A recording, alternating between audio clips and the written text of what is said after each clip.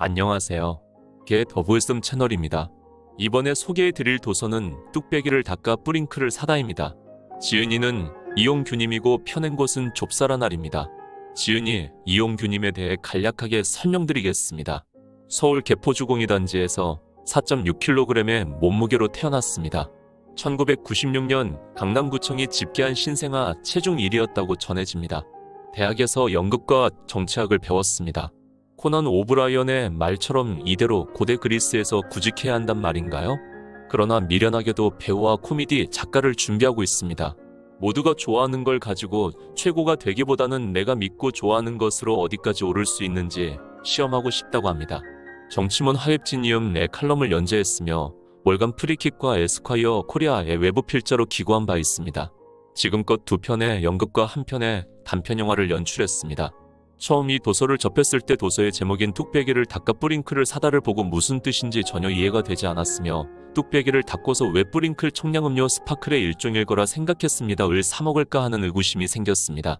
하지만 도서의 몇 페이지를 읽고 나서 제목이 주는 의미가 새롭게 다가왔습니다. 뚝배기를 닦았다는 것은 저자가 알바로 주방에서 설거지를 하면서 뚝배기를 닦았는데 거기에 붙은 계란찜 찌꺼기가 잘 닦이지 않았다는 에피소드가 있었다고 합니다. 그리고 뿌링클을 샀다는 것은 저자가 좋아하는 치킨 업체의 치킨 메뉴 이름입니다.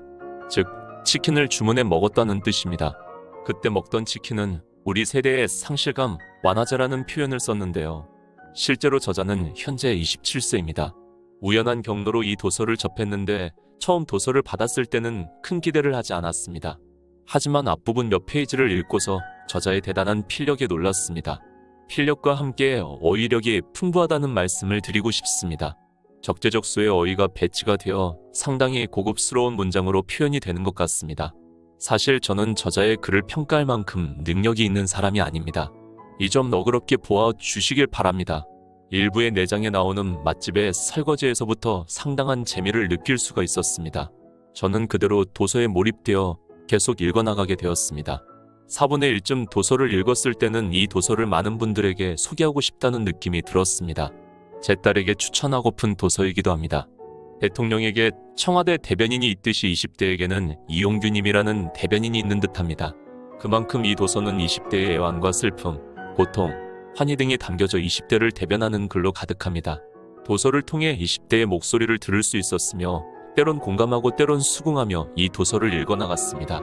이 도서는 에세이 또는 르포르타주 형식이라고 얘기하고 있는데 자서전적인 요소도 가미가 되어 있는 것 같습니다. 지나온 세월에 대한 회상이라고 할 수 있을까요? 지은이는 27년을 살아오면서 느꼈던 경험들에 대해 피력하고 있는데요. 알바 이야기가 많은 부분을 차지하는 것을 보면 20대에게도 중요한 것이 돈이며 경험이라고 할 수 있겠습니다. 저도 20대에 알바를 해보았지만 사실 그 시절에는 돈이 잘 모이지 않습니다. 알바를 해서 받은 돈이 어디로 사라졌는지 궁금할 때도 있었습니다. 하지만 알바도 사회생활이라고 생각하는데 그 경험과 지식들이 쌓이고 쌓이면 그것도 나의 무형자산이라고 할 수 있지 않을까요? 여하튼 저는 20대가 알바를 하는 것에 대해 긍정적입니다. 바쁘게 움직이는 20대들을 보면 참 좋아 보이고 우리나라의 미래가 보인다고도 할 수 있을 것 같습니다. 이 글을 쓰고 있는 저도 20대 때 여러 가지 알바를 해보았고 재수학원도 다녀보았습니다. 그래서 그런지 저자가 알바와 재수 생활에 대해 피력했을 때 제 가슴 속에서 큰 공감을 불러일으켰습니다.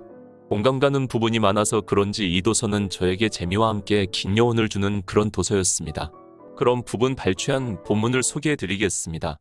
서울, 대학생, 중산층, 인싸, G세대의 첫 번째 페르소나. G세대란 누구인가? 대체로 1996년 또는 1997년부터 2010년 사이에 태어난 이들을 통칭하는 말이다. 이 시기에 태어난 이들은 대체로 특정한 경험을 함께 겪었고 그에 따라 특정한 시각을 공유한다. 그리고 이 사람들이 전기 때문에 특별한 게 아니라 하필이면 이 시대에 같이 젊었기에 특별한 생각과 행동을 한다. 이것이 세대론의 전제다. 그들이 누구인지야 사전적 인과학적 정의에 가까운 것이다. 그러니 질문을 달리 해야 한다. G세대란 무엇인가? 김난도 교수나 대학 내 20대 연구소가 많은 있다.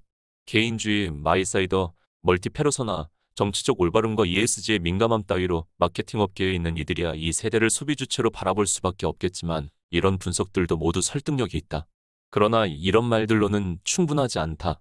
감각과 인상을 바로 반영하지 못하기 때문이다. 지세대란 말로 누군가의 뇌리에 스치는 무언가를 잡아내려면 그 단어가 품은 구체적 이미지가 필요하다. 그리고 그 이미지들이 조합되어 그려지는 페르소나가 필요하다. 그것은 X세대의 서태지나 586 하면 떠오르는 여러 얼굴들처럼 특정한 인물일 수도 있다. 하지만 페르소나의 이미지를 전부 가진 인물이 주변에 정말 존재하는지는 상관없다. 어차피 수백만의 인구가 한 단어로 추상되고 있는 것이니까. 그럼 지세대의 페르소나는 무엇인가? 드라마 한 편에서 힌트를 얻을 수 있다. 드라마에서 특정한 집단을 그려내는 방식에 주목하는 건 의미가 있다. 드라마는 대중 일반을 겨눈 창작물이고 그럴수록 집단에 대한 대중적 인식의 표면을 반영하니까. 알고 있지만 2021은 그런 면에서 유효한 작품이다. 이 드라마는 20대 대학생들의 고민을 진솔하게 담았다고 평가받는다. 사랑보다 진정 중요한 고민은 없단 말인가? 인정한다. 드라마는 훌륭했고 연신 떠오르는 내 옛일에 착잡하고 괴로웠으니까. 다만 내가 주목하는 건 바로 이것이다. 이 드라마에 등장하는 미대생들이 하나같이 다 멋진 인싸들이라는 거. 이들의 모습은 상징하는 바가 있다. 그것은 서울에 거주하기나 서울 시내의 4년제 대학에 다니는 중산층 이상 18에서 24세의 모습이다. 이것이 미디어가 투영하는 밝고 유쾌한 지세대의 페르소나다. 어쩌면 당연한 일이다. 서울의 대학생들이란 원래부터 대표적인 표본이 아닌가. 미디어가 이른바 이 20대나 청년을 묘사할 때 가장 먼저 찾는 표본 집단. 그런데 여기 통계 하나가 있다. 서울 소재 4년제 대학 재학생 가운데 22.37%만이 국가장학금을 받는다. 전국 평균은 53.56%는 것. 국가장학금은 가계 재산과 소득을 따져 소득 분위를 산정하고 거기에 따라 등록금이나 장학금을 지급하는 제도다. 0분위, 1분위, 2분위가 가장 많은 액수를 받는다. 9분위와 10분위는 지급받지 못하지만 8분위까지는 소액이나마 지급받을 수 있다. 2021년 기준으로 소득분위 8분위의 소득인정액은 월 975만 2,580원이다. 웬만큼 살더라도 어느 정도는 수혜받을 수 있다. 그런데 서울의 대학생들 가운데 77.63%가 소득 피라미드의 최상위에 있거나 장학금을 신청하지 않는다. 간단하게 말하면 오늘날 서울의 대학생들은 정말로 여유롭다. 이를 두고 우리 세대의 어두운 면이 매체에서 사라진 이유라 한다면 지나친 비약일까? 과거 논스톱사 2003에는 청년 실업 30만을 운운하는 고학생 앤디가 있었고 미생 2014에도 천대받는 고졸 인턴 장그래가 있었다. 세대의 어두운 자화상을 어떤 식으로든 반영한 얼굴들이었다. 그러나 오늘날 주류 미디어에는 이 세대의 다른 면을 대변하는 캐릭터가 거의 없다. 미디어가 찾을 수 없기 때문이다. 결국 밝음의 이면을 반영할 세대의 또 다른 페르소나가 부재한 것이다. 지세대의 두 번째 페르소나, 드제너레이션지. 생각해보면 취업, 결혼, 출산이 어렵다는 말을 듣는 것은 청년이지 지세대가 아니다. 지세대는 스케이트보드를 타고 나타난 신인류고 청년은 연민을 자아내는 대상인 것일까? 실상 청년이라고 일관되게 불리는 것도 아니다. 때로는 2030대로는 90년대생, 때로는 20대, 아니면 이대남 같은 시기다. 이들은 이름만큼이나 막연한 거대 담론에 매몰되어 시혜적 정책을 받아먹으며 가끔 청년과의 대화에나 불려나오는 객체쯤으로 생각되기도 한다. 이들에 대한 시선이 동정이나마 따뜻하기만 한 것도 아니다. 최근 몇 년간 청년들은 비난의 대상이 되기도 했다. 가장 먼저는 이른바 공정 이슈 때문이었다. 일자리나 기회에 관한 정부 정책에 반발할 때 경쟁 심리를 내면화했다. 역사적 경험치가 부족하고 지금의 시점에만 주목한다. 반공교육 때문에 보수적이다 같은 말들이 떠오른다. 젠더와 관련된 갈등에서도 그랬다. 이를테면 남성들은 권력을 가졌음에도 상실감을 운운하며 징징대고 있는 존재들이다. 여성들로 가면 집단이기주의 감성의 묘사도 있다. 이쯤 나열하니 좀 섭섭할 지경이지만 이런 지적들에도 나름대로 일리가 있을 것이다. 다만 여기서 그걸 따지자는 건 아니다. 중요한 건 우리가 알고 있는 지세대의 페르소나는 이 갈등의 전선에서 비켜난 것처럼 보인다는 사실이다. 계층의 특성상 이런 이슈에 서울의 중산층 1824가 특별히 둔감한지는 알 수 없다. 그러나 여기에 민감한 이들은 중산층 이상보다는 미만에서 더 많을 것이다. 문제에 실제로 영향을 받는 이들은 그보다도 좀 더 많을 것이다. 어떤 사람들은 이를 두고 오히려 중산층과 대학생의 목소리가 과잉 대표된 것이라고 말한다. 그들만의 공정론이라는 것이다. 근거가 있지만 쉽게 고개를 끄덕이기 어렵다. 계층의 공고화와 소득 양극화가 이 세대의 성장 배경이라는 데는 모두 동의하기 때문이다. 불과 몇 년 전 거기서 소외된 이들로 흑수저와 헬조선을 설명했는데 공정 이슈만 예외라고 하는 것은 설득력이 떨어진다. 20대가 보수화되었다는 주장도 마찬가지다. 청년이 민감하게 반응한다면 정치 성향 때문이 아니라 그게 피부에 와닿는 문제이기 때문이라고 보는 것이 더 타당하다. 2018년 여자 아이스하키 팀 남북 단일 팀 구성에는 계층과 소득에 무관하게 10에서 30대 전반이 반대했다. 박근혜 대통령 탄핵 정국에서 집회를 주도한 것도 청년 전반이었다. 이들도 보수적인가? 논리적으로 맞지 않는다. Z세대라는 단어는 분명 계층을 의미하고 있다. 그러나 미디어나 다른 세대, 아니면 요즘 애들이 궁금한 어른들은 이 세대를 문화 PSG, 개인주의, 감수성, 메타버스로만 설명하려는 경향이 있다. 그리고 DC 강조하건대 그런 문화는 서울의 중산층 이상 계층이 주도하는 문화다. 물론 문화의 소득별, 계층별 경계는 젊은 세대일수록 크리다. 그러나 누구도 틱톡의 챌린지에 능한 친구와 뒷주방에서 일하는 친구를 동일한 인물로 설정하기는 어려울 것이다. 이 세대 개개인으로부터 나오는 저마다의 고통과 구체적인 반발은 실존에 관련한 문제일 수밖에 없다. 이를 듣는데 관심이 없거나 달갑지 않아 하는 것이 문제다. 마침 이들의 목소리는 종종 여러 억하심정과 피해의식, 자기연민이 뒤섞인 것이다. 합리적이기보다는 거칠다. 이때 징징거림이란 더없이 편리한 표현이리라. 그렇게 응석바지 같은 세대라는 이미지가 씌워지는 이들은 세대 안에서도 정해져 있는 것이다. 나는 약간의 과장과 반발심을 섞어 이렇게 말한다. Z세대 안에는 달갑지 않은 집단이 있다고. 다른 세대가 정의하는 Z세대의 특징들, 그 가운데 밝은 단면이 인싸들에게 비춰지는 사이 발언권을 상실한 채 비난에 직면한 이들이 있다고. 세대의 보편적 특징은 이들에게 부정적으로 씌워진다고. 더불어 성별로든 계층으로든 만연한 세대 내 갈등의 최전선에 선 집단이 바로 이들이라고. 동시대의 동년배로 살면서 Z세대란 이름이 어색한 이들이 있다고. 이들을 무엇이라 이름해야 하나. 나는 이들을 조져진 Z세대, The Generation Z 디젤라고 부르겠다. 그들이 이 세대의 두 번째 페르소나다. 언더독 콤플렉스. 그럼 앞으로는 뭐 할 거니? 이 질문에 대답하기가 궁해졌을 무렵 나는 입대 날짜를 알아보게 되었다. 24세 삶의 알바몬과 인스타그램 사이에서 미적일 때 써먹을 수 있는 최후의 수단이었다. 그렇게 근황을 알리다 보면 열받는 질문이 몰려오기도 했다. 정말? 아직도 안 갔어? 너 군대 다녀온 거 아니었냐? 사고 싶지 않은 동정을 유발한 건 덤이고. 아이고, 진짜? 헐. 그렇지만 대단한 장점도 있다. 앞날과 진로에 대한 물음을 감시 틀어막을 수 있고 때로는 식사라도 함께 얻어먹을 수 있다는 것. 불쌍해 보이는 건 싫지만 공짜 밥은 좋다. 어떻게 살았다는 이야기는 종종 미래에 관한 얘기로 흘러간다. 어떻게 살았고요. 그래서 이렇게 살 겁니다. 그걸 위해서 이런 노력을 하고 있죠. 논리적인 인과관계로 선명한 장래를 설명해야 할 것 같지만 내 구구한 과거에서 도출되는 건 절절한 꿈과 막연한 계획일 불로 설득력은 없다. 그런 소리를 어쩔 수 없이 짓걸려야만 하는 날이 있다. 그럴 때 가니 도대체 앞으로 어떻게 할 생각이냐. 같은 부모님의 타박은 오히려 익숙하다. 진짜 난감한 건 처음 본 사람을 마주했을 때다. 와, 대단하시네요. 그런데 앞으로는 뭘? 이렇게 악이 없는 눈동자와 만나게 될 때면 이런 말이 목구멍까지 차오른다. 실은 잘 모르겠습니다. 한 게 없다고 하기에는 바쁘게 살았는데 뭔가 했다고 하기엔 남아있는 게 없거든요. 늘 돈을 번다고 뛰어다녔다. 하지만 수중에 쥐는 돈은 언제나 며칠 술값 정도였다. 연극을 전공했으니 글을 쓰겠다고 했다. 밤새 머리를 쥐어뜯어도 내 희곡과 단막극들은 아직 HWP 파일에 머물러 있었다. 그러자 광고를 공부하겠다고 도망갔다. 거기서도 날밤을 까며 회의와 토론을 하고 로직을 뒤집었다. 그러나 내 기획서를 공모전에 입상시켜주는 A를 만나는 일은 만무했다.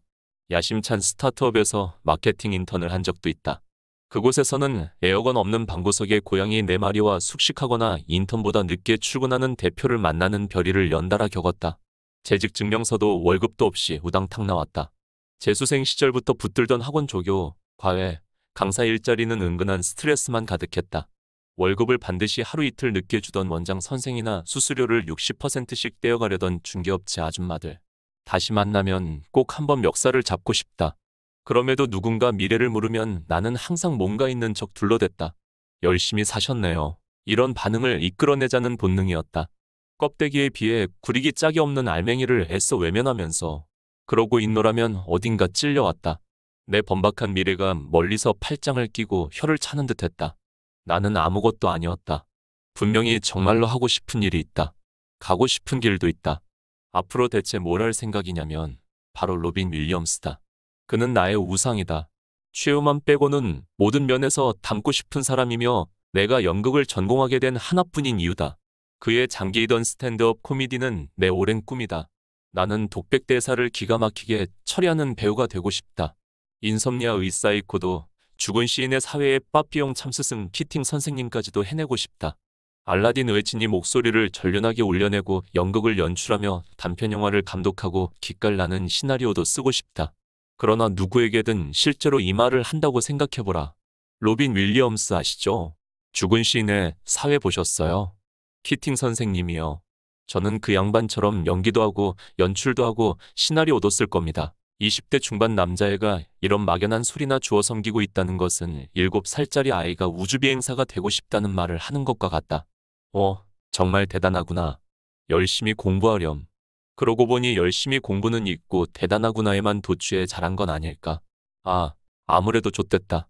24세 여름, 마션의 주인공이 느꼈을 자기 성찰이 귀납적으로 입증되고 있었다. 나는 결국 군대에 갔다. 금수저로 태어나지 못해 도피성 유학은 못 갔지만 일단 결의에 늠름한 아들로 태어나 도피성 입대는 해냈다. 아무 생각 없이 각계 전투로 몸뚱이를 굴릴 수 있기를. 그러나 모두가 2등병으로 평등한 논산훈련소에서조차 달갑지 않은 형대접을 받아야 했다. 2~3살 어린 친구들에게서 전역하면 뭐 하실 거냐는 질문들이 똑같이 날아들었다. 나는 다시 생각에 잠겨야 했다. 실패는 아무리 해도 익숙해지지 않았다. 선명하던 꿈은 흐려져만 갔다. 힘겨운 날이면 어딘가를 올려다보며 자신을 다잡았지만 어느 순간부터 발끝으로 발끝만 만지는 겉보가 되어 있었다. 그 대신 굳어진 건 어느 날 배겨있던 언더독이라는 자의식이었다. 그것은 콤플렉스였다. 내가 사는 세상은 나에게는 허락되지 않는 어느 세계의 건너편에 지나지 않는다는 열패감, 서민 신분은 넘어서는 아이들만의 세련된 여유와 배부른 푸념에 대한 질투, 적어도 나는 허영이 아닌 진짜를 찾아왔다는 비틀린 자부심, 그리고 그 자부심조차 장담할 수 없어 해져버린 자존감. 20살 이후 무럭무럭 자라온 이런 류의 지각들 때문에 생겨난 어디서나 고개를 굽히되 눈만은 치켜뜬 오기로 포장된 자기연민을 악무는 콤플렉스. 강박증처럼 들러붙은 이 콤플렉스를 객관적으로 바라볼 필요가 있었다. 거름 냄새가 밤에도 진동하는 논산에서 모포를 뒤집어 쓰고 침착해지기로 했다. 지금까지의 삶이 어디서부터 꼬였는지, 어디서부터 마음대로 흘러가지 않기 시작한 것인지 짚어보기로 했다. 이것은 틀림없이 너저분한 실패의 기록이다. 그럼에도 이 부끄러운 이야기를 써내는 것은 이 세대의 실패서 사는 세상에 분명 존재하지만 서점에는 없기 때문이다. 아마 이 이야기에는 자기연민, 피해의식, 억하심정, 비아냥 따위가 그득할 것이다. 그러나 내가 즐겁게만 살았다면 무엇도 새롭게 바라보지 못했을 것이다. 살면서 웃는 일이 많지는 않았으나 그런 만큼 웃는 순간이 소중하다는 것을 안다. 좀 건방지게 얘기하자면 올려다보는 삶의 묘미를 당신도 알면 좋겠다. 하나 더, 나와 같은 인간형이 분명 도처에 있을 거라는 짐작 때문이다. 고맙다는 말보다 미안하다는 말이 입에 붙은 사람, 힘들다를 무감하게 내뱉는 것이 부끄러운 사람, 간선도로를 달리는 불 꺼진 버스에서 문득 콧등이 시큰해지는 사람, 취미가 뭐냐는 말에 한참을 고민해야 하는 사람, 함께 있어도 혼자 생각하는 사람, 걷고 나서 생각하고 뒤를 돌아보는 사람, 그러나 다시 입을 다문 채 짐짓 담담한 척 걸어갈 줄도 아는 사람. 나는 그들의 어깨를 살며시 두드려 말을 걸어보는 것이다. 재수학원 블루스. 인정할 수밖에 없다. 어떤 드라마나 영화에서도 청춘의 배경은 캠퍼스다. 대학 새내기의 20살도 서리끼야 하겠지만 나는 입시의 실패에 아물지 않은 유년으로 20살을 맞은 소년이었다. 청춘이란 자리에 말석에도 못 낀 듯한 기분으로 1년을 보낼 수밖에 없었던 것이다. 페퍼톤스 또한 사랑했던 밴드였다. 그들 초기작에 꼭 껴있던 여성 객원 보컬의 달콤한 목소리만 좋아한 건 아니었다. 세계 정복 2005이나 남반구 2005처럼 꿈같은 가사가 소년의 몽상으로 튀어드는 발랄한 멜로디가 좋았다. 그럴 때가 있었지만 어느새 그들의 노래는 훨씬 현실 세계에 가까워졌고 객원 보컬에 의존하던 가창력은 유희열 씨의 훈련으로 깔끔해졌다. 내가 갈피를 못 잡고 스물로 흘러갈 때 페퍼톤스는 어느덧 캠퍼스 라이프를 노래하고 있었다. 그들은 카이스트를 나온 어른들 아니었던가. 어떤 면에서는 배신을 당한 기분이었다. 재수학원 통학버스에서 지푸른 캠퍼스의 봄을 상상하는 건 너무 처량했다. 이 노래가 흘러나오면 꼭 미간을 찌푸리며 다른 곡을 찾았다. 작년에는 신보를 반가워하며 잘 만들었던 노래란 사실을 애써 외면하면서 대신 위안이 되었던 건 당시 데뷔했던 여자친구의 유리구슬이었다. 예전의 우상들과 달리 어쩐지 아득한 아이돌은 열패감의 대증요법으로 괜찮았다. 아련하고 풋풋한 아이돌, 남자아이에게 그 이상의 무엇이 필요할까? 사랑스럽고 편안하다. 둘 중에 하나도 어려운데 그들에게 마음을 맡기고 창문에 기대 잠드는 것이 20살의 매일 아침이었다. 서울 남쪽 위성도시에서 아이들이 모여들면 오전 7시 반이었다. 버스 창가는 스물들의 20년 어치 한숨으로 뿌옇기만 했다. 쏟아지는 아이들 사이로 잠에서 깨어 가방을 추스르면 꼭 이어폰이 한 짝 빠져 있었다. 학원으로 들어서면 나는 부수수한 누나를 굴렸다. 트와이스도 마마무도 아닌 이 애매한 인지도의 그룹 그때는 그랬다를 좋아하는 취향이 이어폰 밖으로 새어나가는 것은 아닐까? 노란 통학 버스에서 내려 매일 출석하게 된 학원은 평촌 학원가에서 유일하게 건물을 홀로 쓰는 곳이었다. 적어도 1층 응접실은 자동차 대리점처럼 통유리로 노출되어 세련되고 넉넉했다. 교실도 첫눈에는 그랬다. 책상은 합판을 겹쳐 만든 공립학교식이 아니라 매끈한 플라스틱이었고 의자도 칠 벗겨진 데 없이 말짱한 베이지색 프레임이 더없이 깔끔했다. 그러나 첫인상은 채 몇 시간을 가지 못했다. 버스가 모여들고 경기도 남부 곳곳에서 온 아이들을 토해낼수록 강의실에는 5, 60명씩 우겨 넣어졌다. 매끈하던 책상에는 금세 지우개 가루가 덩어리져 날렸다. 지우개 분진이 기침을 얼마나 유발했는지는 모르겠지만 뒤쪽 창가 여학생부터 교탁 앞반장까지 감기가 없는데 채보름이 걸리지 않았다. 나는 졸음을 견디려 교실 맨 뒤 입식 책상에서 하루 종일 써 있었다. 거기서 비좁은 501호를 조망하면 쉽게 관찰할 수 있는 사실이었다. 그래도 5층에서는 유일하게 창문이 있던 우리 반의 이름은 A1. 문과에서 가장 성적이 높은 학생들을 모아놓은 반이었다. 2015년 2월의 이야기다. 그해 학원과 문과 일반의 주류는 운 나쁜 외고생들이었다. 재수학원의 반 배정은 보통 전년도 수능의 표준 점수를 기준으로 한다. 전년도 시험은 유독 국어가 어려웠다. 영어와 수학에서 만점을 맞고도 국어에서 당황해 미끄러진 특목고생들이 많았다. 이들은 내가 추가 모집을 붙잡던 연말부터 일찌감치 평촌으로 모여들었다. 모두 안양, 군포, 수원, 멀리는 과천과 안산에서 온 모범생들이었다. 우리 반의 첫인상으로 가장 강렬하게 다가온 건 그 집단 절반쯤의 희한한 복색이었다. 평범하기 그지없는 트레이닝복이나 후드티가 절반을 차지했다면 나머지 절반은 유니폼을 입고 있었다. 교복은 아니고 대학교 과잠바 같은 건데 뜻을 금방 짐작할 수 없는 이니셜을 등판에 새겼다. GCFL이 대체 뭐란 말인가? 과천 외국어 고등학교란다. 확실히 해두자. 절대 외고나 국제고에서 단체복을 맞추는 풍속을 비난하고 싶은 게 아니다. 나도 대학에 들어가 과잠과 돗바를 맞춰 입었으니까 솔직히 내가 지닌 겨울 옷다운 겨울옷은 코트와 슈 패딩 한 벌, 그리고 돗바가 전부다. 다만 그 다음 문과 일반의 느낌으로 다가온 게 그런 옷을 입는 애들 몇의 꼬락선이었을 뿐이다. 이 친구들은 이랬다. 어느 날은 점심때 건국 우유를 줬다고 정말로 성을 낸다. 그날 우유를 먹지 않은 날 다이어트 때문이었다 유심히 관찰했는지 친근감을 표한다. 그러다가도 수업 필기 노트를 한 번만 보여달라니 정중하고 재수없는 웃음으로 거절한다. 월간 모의고사 이틀 후 복도에 50등까지 실명과 등수를 붙여내는 빌보드에 일희일비한다. 국어 점수만은 높은 편이었던 내게 시험 후 관심을 표한다. 그리고 항상 50에서 60점쯤 하던 내 수학 점수를 확인한 뒤 안도하고 돌아간다. 수업 시간에 졸다가 필기를 못한 것도 사실이고 단 한 번도 차트인을 하지 못한 내가 우스울 수도 있다. 아무리 그래도 그렇지 어떻게 내 점수를 듣자마자 대놓고 실실 쪼개며 돌아설 수 있나. 너무 노골적이라 순수할 지경이었던 이런 행동 양식은 그 잠바를 입는 친구들에게서만 볼 수 있었다. 그나마 대화다운 대화를 나눴던 친구 제이라고 하자가 있었다. 완벽한 모범생이었다. 짙은 태와 훨씬 짙은 도수의 안경, 파묻히다시피 문제집에 몰두하는 모습, 교탁 바로 앞자리를 3월부터 5월까지 고수하던 의지, 무엇보다 가끔 영어 지문을 질문하는 나에게 비추던 한심하단 눈빛까지도. 그래도 몇 번인가 얘기해보니 그는 나처럼 락을 사랑하고 이념에 관심이 많은 친구였다. 그걸 숨기는 듯 언뜻언뜻 알아주기를 바라는 눈치가 엿보였고 어떤지 동료를 발견한 것처럼 선불은 흥미가 생겼다. 필통에 전자기타 피크가 있고 쉬는 시간에 자유론을 읽는다면 호기심이 돋는 것이다. 범생이와 언더독 둘 중에 무엇이 녀석의 정체에 더 가까울 것인가 하는 답은 곧장 나왔다.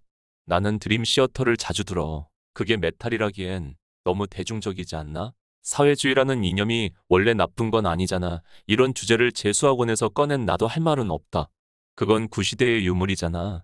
할 말을 잃게 만드는 대화 속에서 가선사한 깨달음이 있기는 했다. 녀석 앞에서 내 기이한 취향이랄 것은 그저 얕은 게 아닐까 하는 것.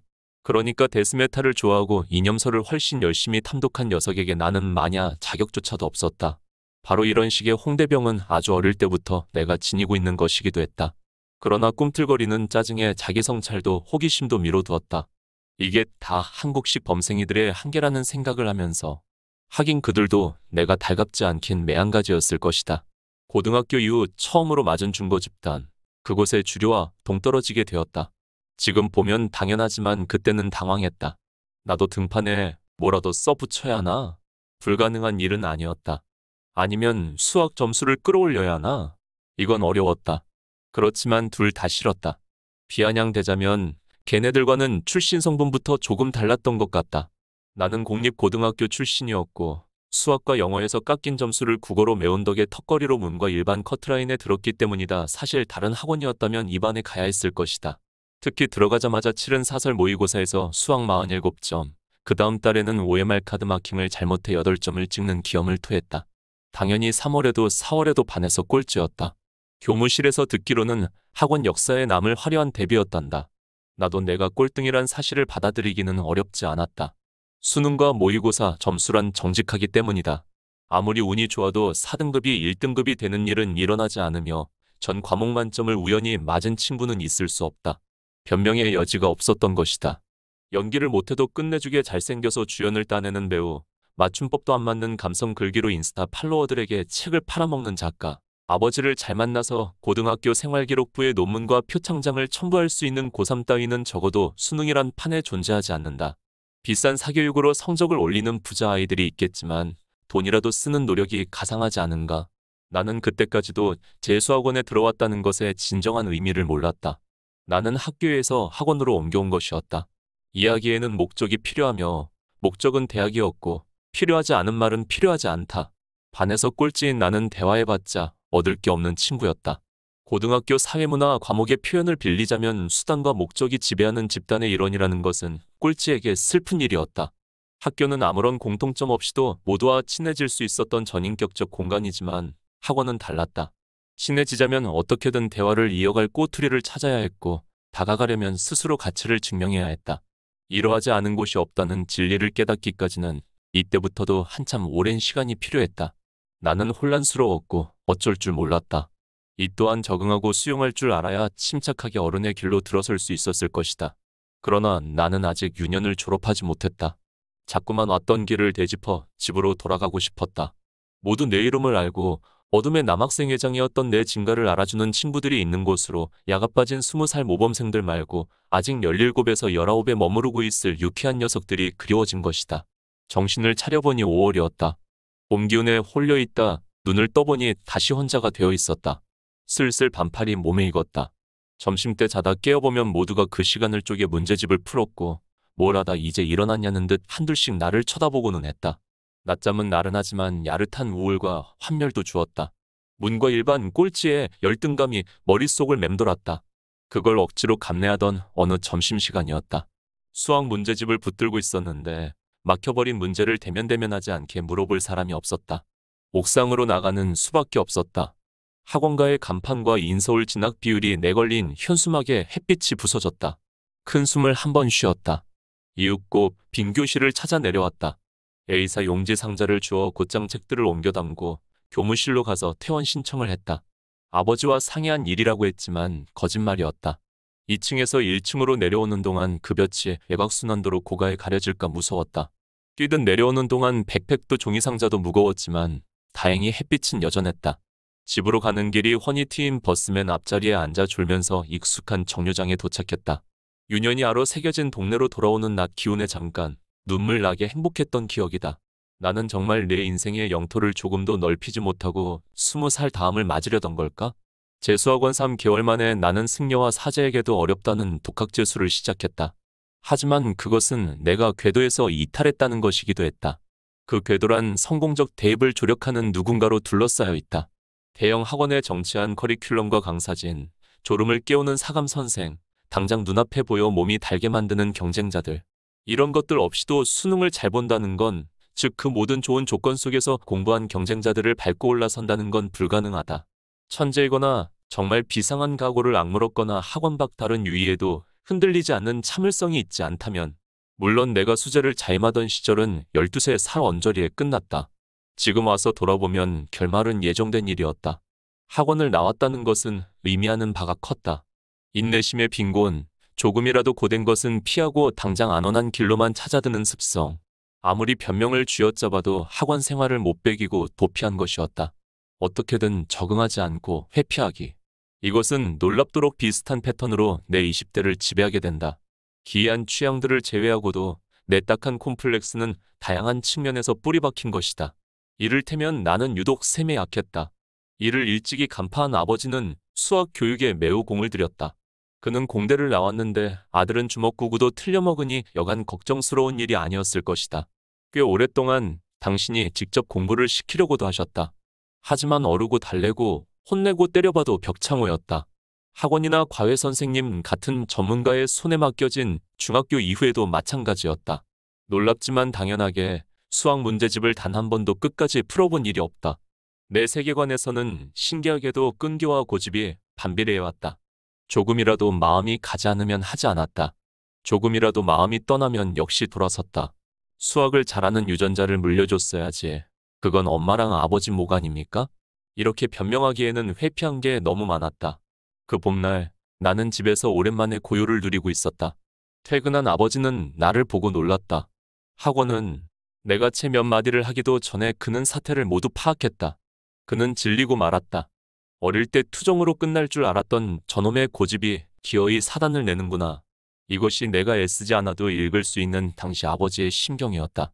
학원에 돌아가라. 그럴 수는 없다. 고성을 내며 저녁나절을 싸웠지만 아버지는 내 고집을 꺾지 못했다. 그는 나와 대화를 그만두었다. 다음날 아침 시골로 내려가서 올라오지 않았기 때문이다. 로빈 윌리엄스 때문에 전공을 고르다니. 나는 수능을 조져놓고도 칩거하지 못했다. 나는 다음해 1월, 그러니까 시험이 끝나고 2달도 안 되어 유럽으로 떠나기로 되어 있었다. 블라디보스토크에서 기차를 타고 시베리아를 횡단해 포르투갈에서 돌아오는 여정. 이렇게 떠날 돈을 모아야 했다.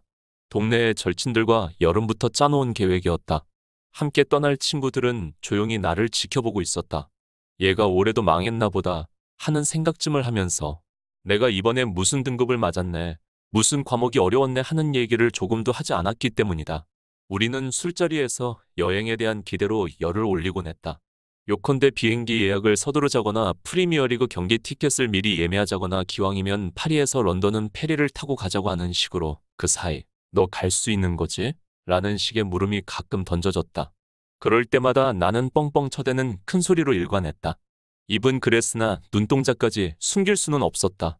말수가 줄어든 대신 자주 허공을 보는 내 누나를 바라보며 길동무들은 어떤 생각을 했을까.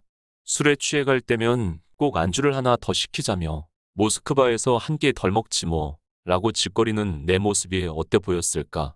아, 상상하고 싶지 않다. 여름부터 과외로 벌어들였던 돈이 꽤 됐었다. 그런데 막상 수능이 끝나고 남은 돈은 필요한 자금에 턱없이 모자랐다. 여행은 한 달 하고 보름 정도가 남아 있었다. 발등에 불이 떨어진 듯 돈을 벌어야 했다. 그리하여 월요일, 수요일, 금요일 낮 동안은 논술 선생님이 소개해준 분당의 학원에서 조교 일을 했다. 목요일부터 일요일까지는 동네 편의점에서 밤 10시부터 오전 7시까지 야간 아르바이트를 했다. 짜증스럽고 피곤한 일과였다. 새벽 취객들이 지시하는 담배 이름을 외우는 일, 시제 점검에서 20원이 모자라는 이유를 찾는 일, 이제는 꼴도 보기 싫은 수능 기출문제와 이름도 처음 들어보는 분당 일대의 고등학교 내신 문제를 편집하는 일이 말이다. 입은 다물어도 티를 벅벅 냈기 때문에 점장은 손님들이 야간 알바 표정이 왜 이리 안 좋더라 라며 타박했고, 원장은 얘 키보드 부서지겠다. 화났니? 라고 걱정했다. 화났죠. 당연히. 제 자신에게요.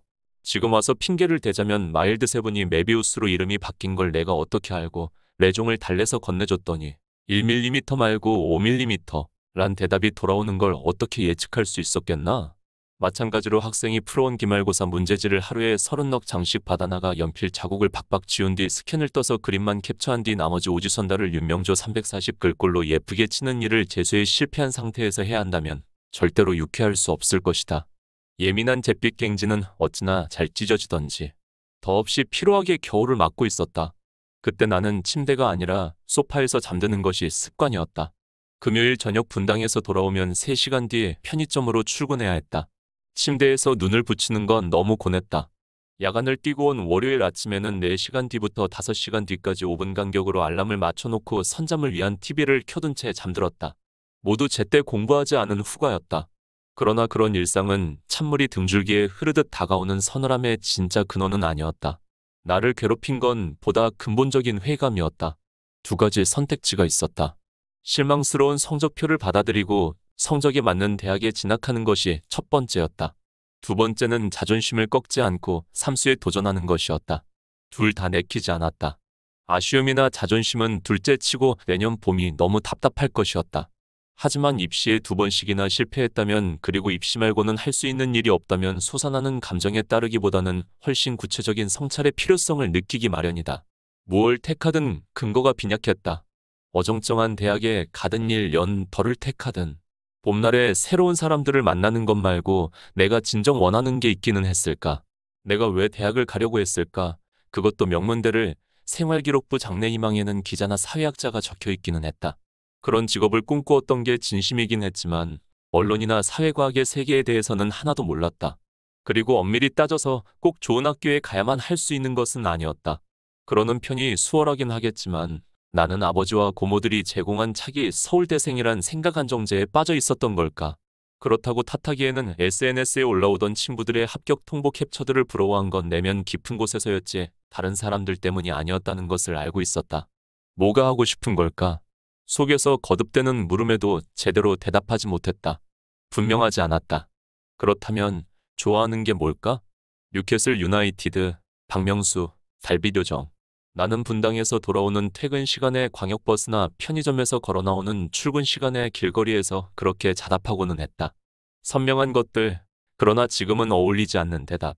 사랑하던 것을 어쩐지 천덕꾸러기로 만든 것 같다는 생각을 하면 슬펐다. 적어도 스스로에 대해 잘 알고 있다고 생각했다. 내가 누군지 안다는 확신이 있었다. 정작 앞으로 무엇을 하고 싶으냐는 물음조차 우물거리고 있었다. 20살이 끝나고 21살을 앞둔 시기에 그러나 그때까지도 누군가의 열망을 대신 살아주는 것이나 막연히 지닌 동경과 환상 말고는 남은 목적이 없었다. 나는 정말 아버지의 희망과 책장에 그럴듯하게 꽂혀있는 사회과학서와 민음사 세계문학 전집 연암은 권으로 정체성을 형성하려 했던 것일까? 12월 어느 금요일이었다. 그날 분당 학원의 원장은 나 때문에 2시간을 허비했다.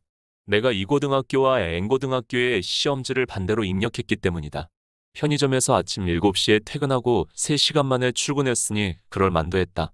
그 바람에 전년도 기출문제를 풀어주는 기말고사 직전 강의가 의미 없어졌다. 학생들이 수업을 마친 다음에야 그 사실을 알게 되어서 부랴부랴 아이들을 다시 불러들여야 했던 거다. 원장은 너무한 호인이었기 때문에 나를 또렷이 나무라지 않았다. 미안한 마음에 더욱 예쁘게 문제를 편집하고 조용히 강의실을 청소했다. 아주 박박. 오후 4시에 끝나려던 일이 6시에나 끝났다. 네, 시간 뒤에는 다시 편의점에 나가야 했다. 평소에는 모란역까지 걸어간 뒤 빨간 광역버스를 탔지만 그럴 힘이 조금도 남아있지 않았다. 그래서 역까지 마을버스를 타기로 했다. 나는 5분 남은 마을버스를 기다리고 있었다. 그런데 벼랑간 눈앞 분당 아파트촌의 왕복 6차선이 1959년에 미국 사립학교 건물 앞으로 바뀌었다. 그 건물로 홀린 듯 들어섰는데 대극장쯤 되는 무대에서 셰익스피어의 한여름 밤의 꿈이 펼쳐지고 있었다. 화관을 쓴 퍽. 이건 모두 꾸며진 일이랍니다. 이 이야기는 꿈처럼 덧없는 것이에요. 내가 골백 번은 돌려본 죽은 시인의 사회 클라이맥스 장면이었다. 죄는 퍽을 연기하는 일이다.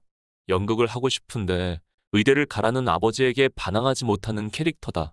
잘생기고 공부도 잘하면서 왜 한 번을 못 깨길까? 졸고 있다는 걸 의식했음에도 불구하고 꿈은 계속되었다. 장면은 연극이 끝난 뒤로 바뀌었다. 넌 재능이 있다. 그 푸근함을 온전히 그려낼 글재주만 생긴다면 영혼이라도 팔 수 있는 키팅 선생님이었다.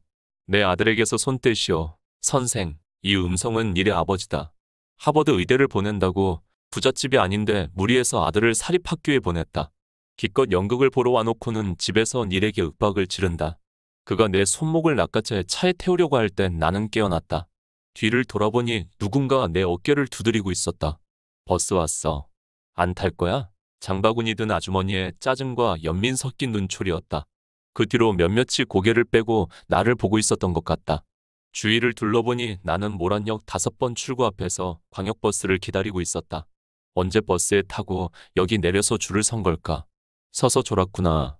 그러고 보니 꿈을 꾸는 중간중간 앞으로 몇 발짝을 가거나 다리가 풀렸던 것도 같다. 반쯤 감은 눈으로 버스를 탔다.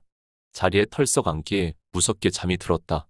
이윽고 내려야 할 곳을 지나친 기분에 숨이 넘어갈 듯 눈을 떴다. 다행히 도착이 아직 조금 남아서 모두 내릴 채비를 하고 있었다. 퇴근길 버스는 평소보다 딱 곱절 느렸다. 집에 오니 8시 20분이었다. 가방만 벗어둔 채 거실 소파에 모로 누웠다. 그러자 이번엔 거실이 웰튼 학교의 교실로 변했다. 오래되어 가장자리가 들려있는 밝은 문이 나무 장판이 삐걱이는 진갈색으로 바뀌었다. LCD TV가 진녹색 백목 칠판이 됐다. 나는 고등학교 때 교복을 입고 구석에 앉아 있었다. 다른 아이들은 죽은 듯 조용했다. 시를 완전히 이해하려면 2가지를 기억해라. 첫 번째는 대상의 예술적 표현도, 두 번째는 대상의 중요도. 영화에서 키팅 선생은 이 구절이 적힌 교과서를 찢어버린다. 저 꼰대 교장 선생이 수업하는 걸 보니 꿈에서도 결말은 똑같구나. 여기서도 그는 패배하고 말았구나. 사랑하던 제자를 잃고 몇몇에게는 배신당하는 기분은 뭘까? 두고 온 집을 가지러 왔다는 키팅. 교탁 뒤편 사무실에서 스카프를 챙기고 카메론이 얄궂은 실온을 옮자 빙긋이 웃는다. 쓸쓸하되 담담히 걸어 문으로 향하는 선생님. 날카롭게 벼린 금지 같은 그런 걸음. 이내 잘 알고 있는 대로 가장 소심하던 에단 호크, 아니 토드 앤더슨이 일어섰다. 선생님, 저희는 강요 때문에 서명했어요. 토드는 울음을 삼키며 책상에 올라간다. 하나둘 책상으로 올라서는 다른 죽은 시인의 사회회원들. 둘이 셋이 되고 5, 6이 된다. 그리고 나도 일어나 책상 위에 올라서려는데 몸이 움직이지 않았다. 그럴수록 방관자들이 듬성듬성 눈에 들어온다. 고개를 수그리고 앉아있는 변절자들. 일어서지 못하면 그들과 다를 바 없으리라. 그러나 도무지 다리에 힘이 들어가지 않았다. 이내 영화가 원래 그랬듯 꿈은 3인칭으로 바뀌며 내 의지를 가로막았다. 고맙다. 얘들아 고맙구나. 몇 번이고 돌려봤던 결말처럼 로빈 윌리엄스 아저씨는 입을 굳게 담은 그러나 누구에게도 비할 수 없이 부드러운 미소로 교실을 빠져나갔다. 나는 끝내 일어나지 못했다. 소스라치듯 꿈에서 깨어났다. 앞으로의 나날도 이렇게 불확실하고 어쩔 수 없이 비겁한 것일까? 처음 굿 월 헌팅을 봤던 5년 전처럼 콧물을 짜내며 울지는 않았다. 그러나 나의 폐부가 다시 들먹이는 걸 느낄 수는 있었다.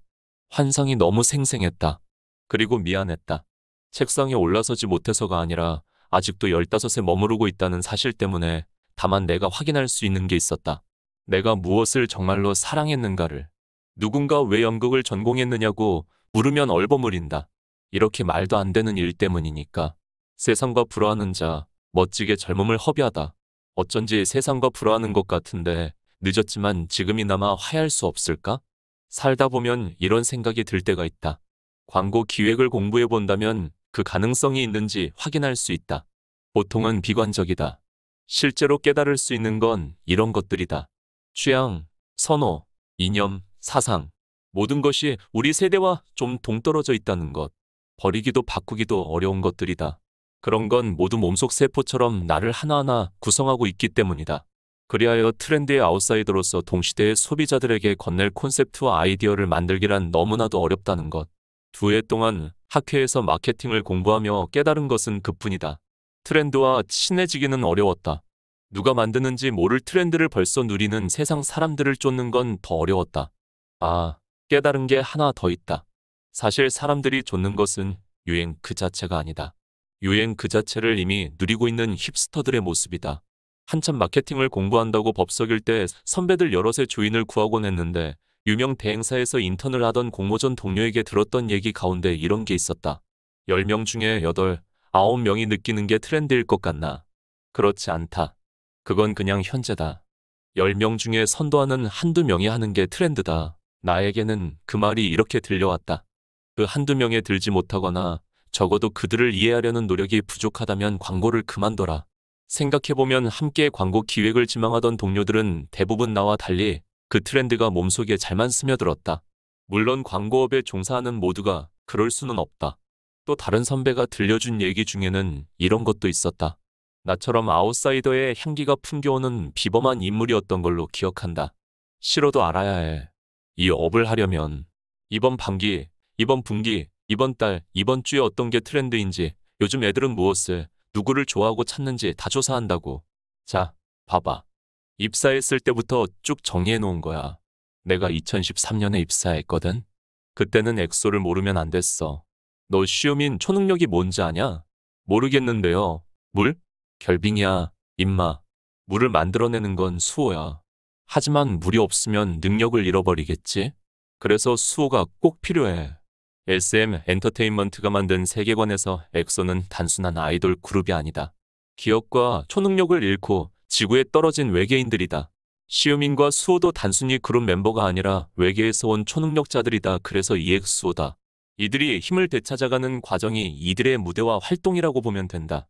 이런 기획이 있다는 걸 알고는 있었지만 여고생들을 빼면 이 디테일을 꿰고 있는 인간은 처음이었다. 학원 조교 시절 선배와 비슷한 나이였던 선생님은 엑소가 쉰명인 줄 알고 있었다. 아니, 무용단이에요? 라고 비웃으며 나보다 2살 어린 고3 여학생들과 까르르 웃던 기억이 난다. 그렇게 생각하니 등골이 서늘해졌다.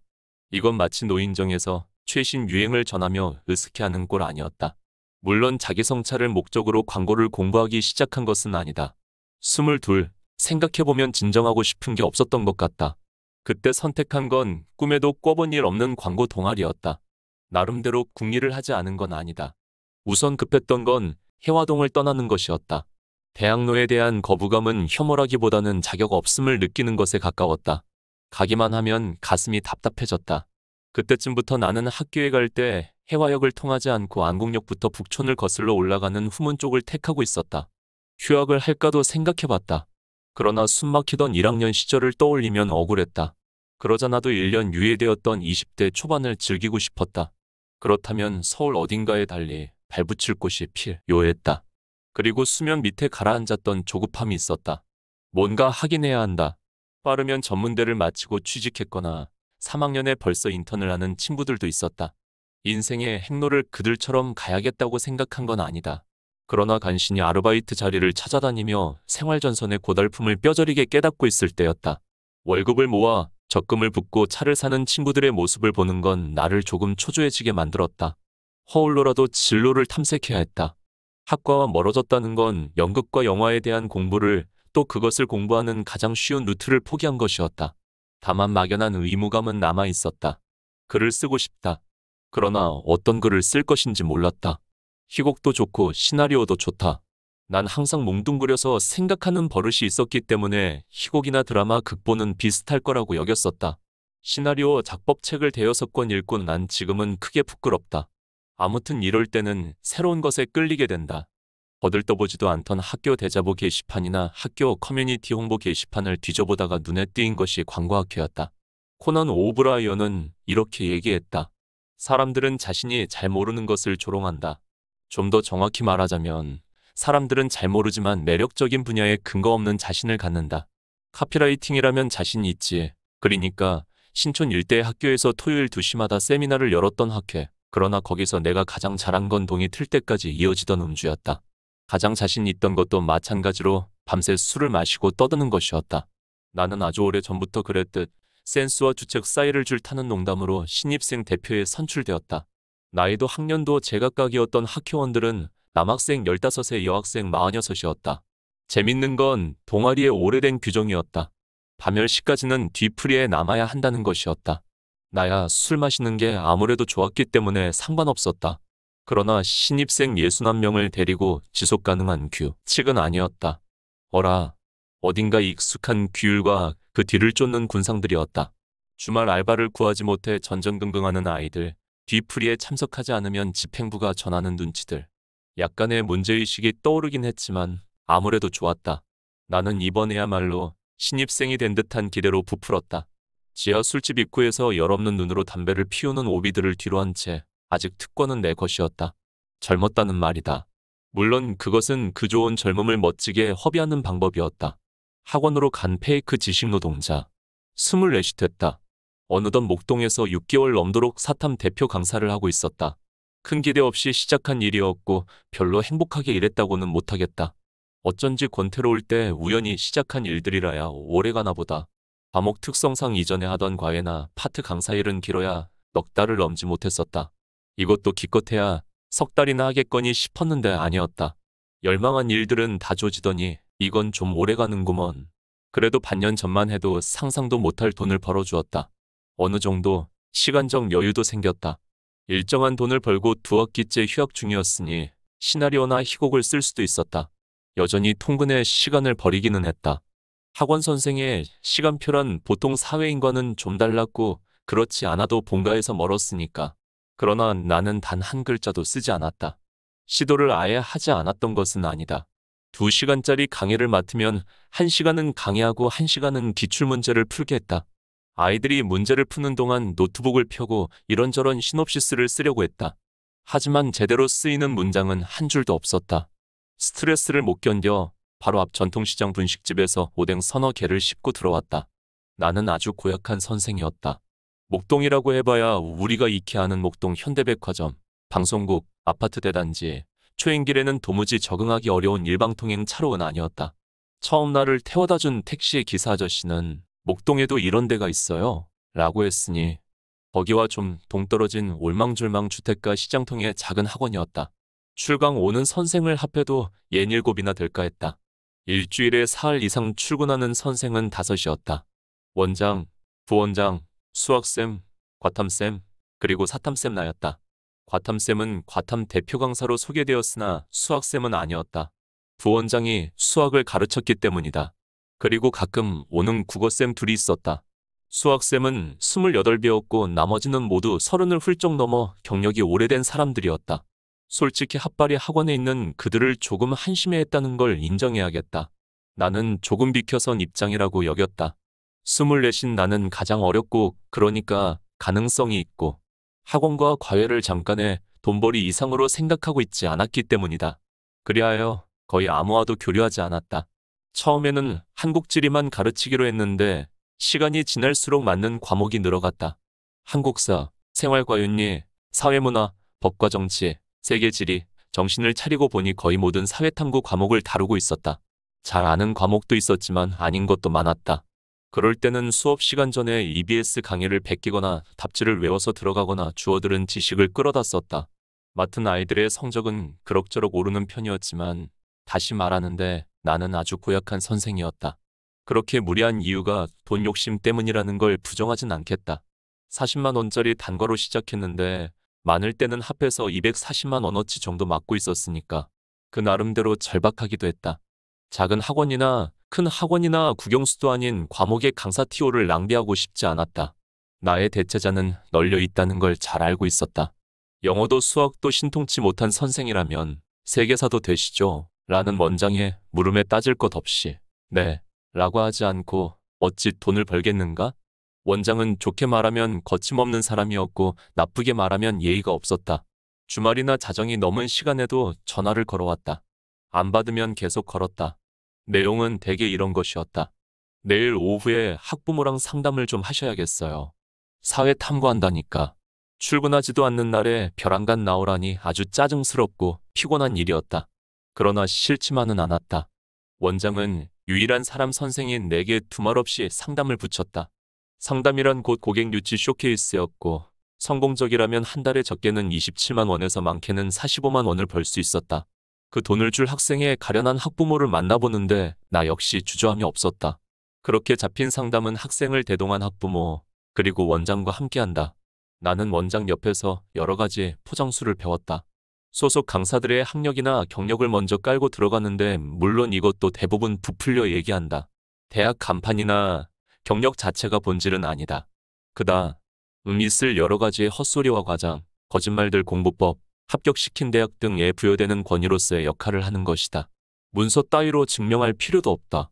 20-30분 동안만 순진한 학생과 무고한 부모들을 현혹하면 되는 것이다. 원장은 거강꾼 역할이었지만 발화의 대부분은 그녀의 주도였다.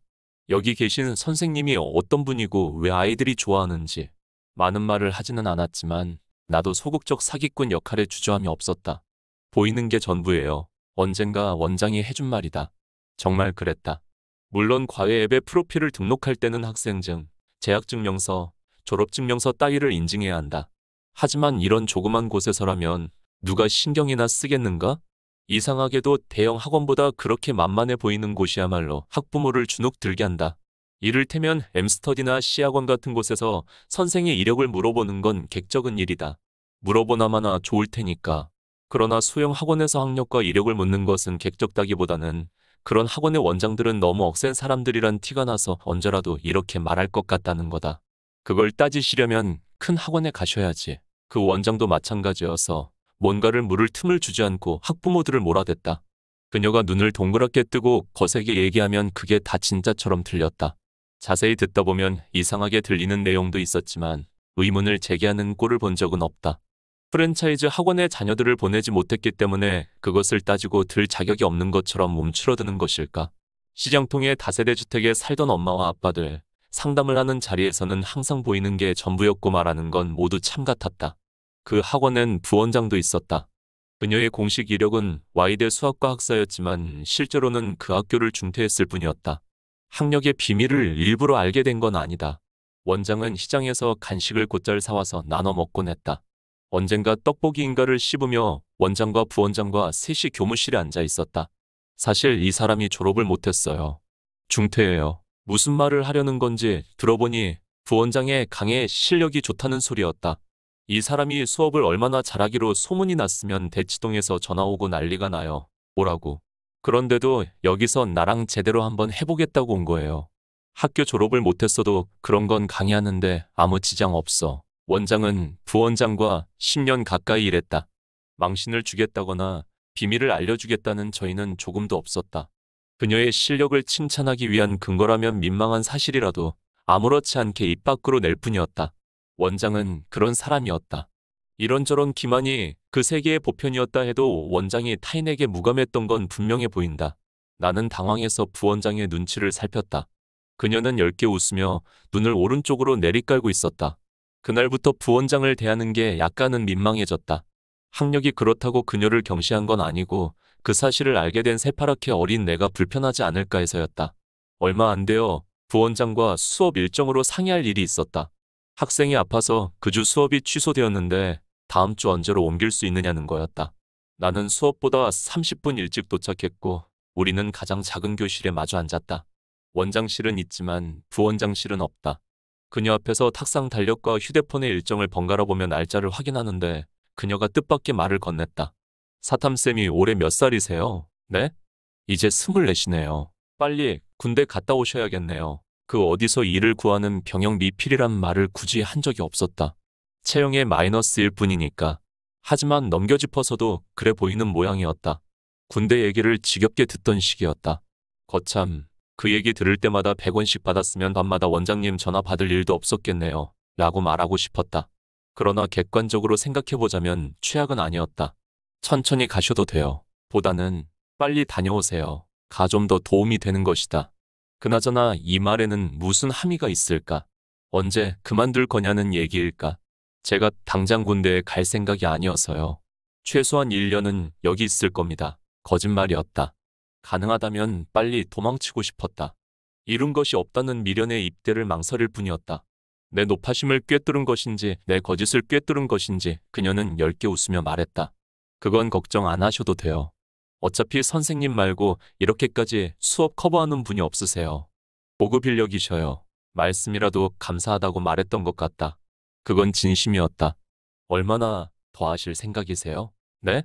군대 가기 전까지는 해야죠. 그게 아니고 그럼 제대하면 안 하실 거예요? 네? 올해 입대하셔도 제대하면 26이네요. 그녀는 부모님도 잘 언급하지 않던 입대 문제를 깊숙이 파고들었다. 그 앞에선 나는 내무새가 될 수밖에 없었다.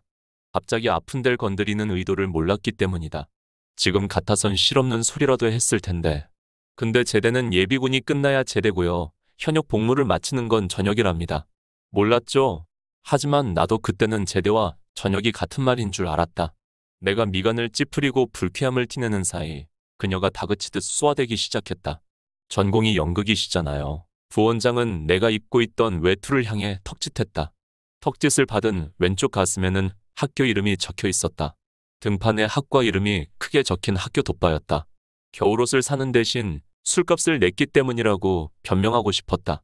그러나 내가 학력에 거리낄 것 없이 여긴다는 것 또한 틀린 건 아니었다. 턱짓의 목표를 알자마자 부끄러움이 일어났고 반발심은 그보다 더 크게 일어났다.